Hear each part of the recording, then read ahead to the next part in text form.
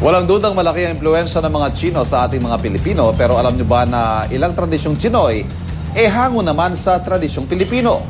Narito ang report.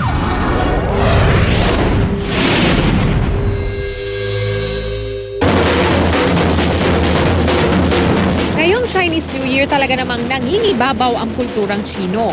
Ang ilang kagawian nila pinamana sa ating mga Pilipino. Pero alam ba ninyong ang ilang kagawian at pagkain na akala natin ay Chinese, Pinoy pala?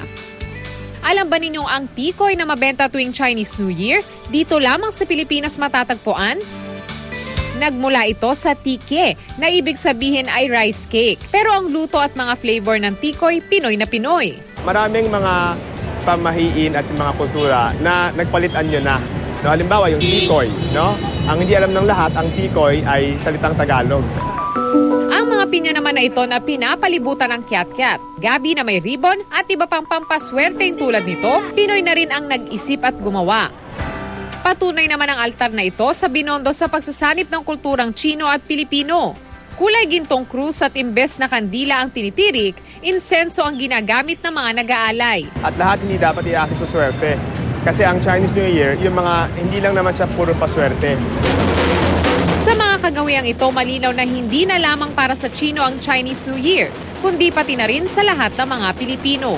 Para sa unang balita, Von Aquino reporting.